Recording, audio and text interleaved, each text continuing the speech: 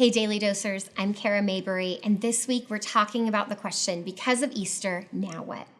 Because of Easter, we've been forgiven of all of our sins. Everything we've ever done wrong, every misstep, everything that separates us from a perfect God. We have been forgiven and therefore reconciled to Christ. We can come into his presence and we can pray directly to the Father.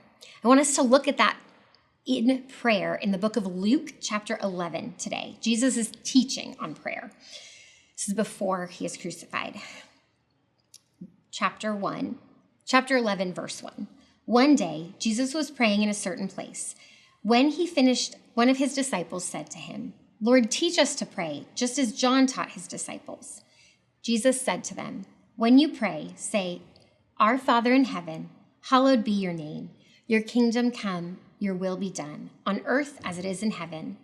Give us each day our daily bread.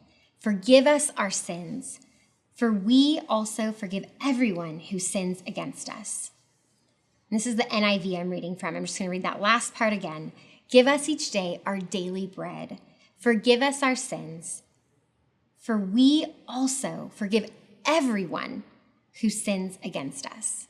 I don't know about you, but I know for me, there's always been one or two people in my life that are just harder to forgive. And in 2022, I started praying this specific verse 4. Forgive us our sins, for we also forgive everyone who sins against us. And I felt the Lord tugging on me to forgive the individual who had hurt me so long ago, somebody I hadn't talked to in 20 years, someone who I had gone to therapy to forgive, someone who I had worked so hard since I was very young to forgive. And I spent most of my life thinking, Jesus, I accept your forgiveness, but I don't think I'm ever gonna be able to forgive that person. But I had an incorrect understanding of forgiveness, because forgiveness doesn't mean back in perfect relationship with that person. It doesn't mean inviting unsafe people into your life. Forgiveness is between you and the Lord. And it is miraculous how the more we learn to forgive others, how we trust Jesus with that process, the more freedom we as individuals live in.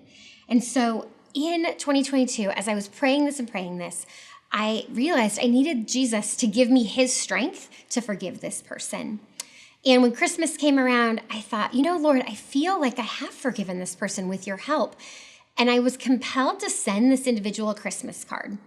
Got their mailing address and thought, I'm not going to say I forgive you, but I'm going to send a Christmas card. I'm going to put a little letter in there that just says, "This card is long overdue.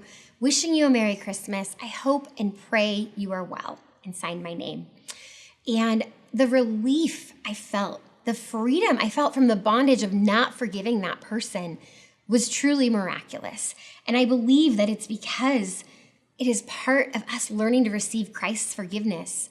Part of practicing that receiving forgiveness is forgiving others. So weeks go by. I have literally moved on, completely forgotten about this. And I get a call from my brother and he says, "Have you checked your mailbox lately?" I don't know about you guys, but I live in predominantly a digital world. And so I hadn't. And I said, "No, not in weeks, actually." And he said, "Well, hang up, go check your mailbox, call me back." Went to the mailbox, and there it was, a card from the individual who I had forgiven and who I had sent the card to.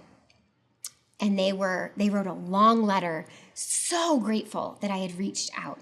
And God has done a miraculous work in that slow relationship that is beginning to build again, where both of us have clearly forgiven the other, and both of us now have Christ in our lives. So because of Easter, I hope and pray we can learn to forgive others as he has forgiven us. God bless you, Daily Dosers. See you soon.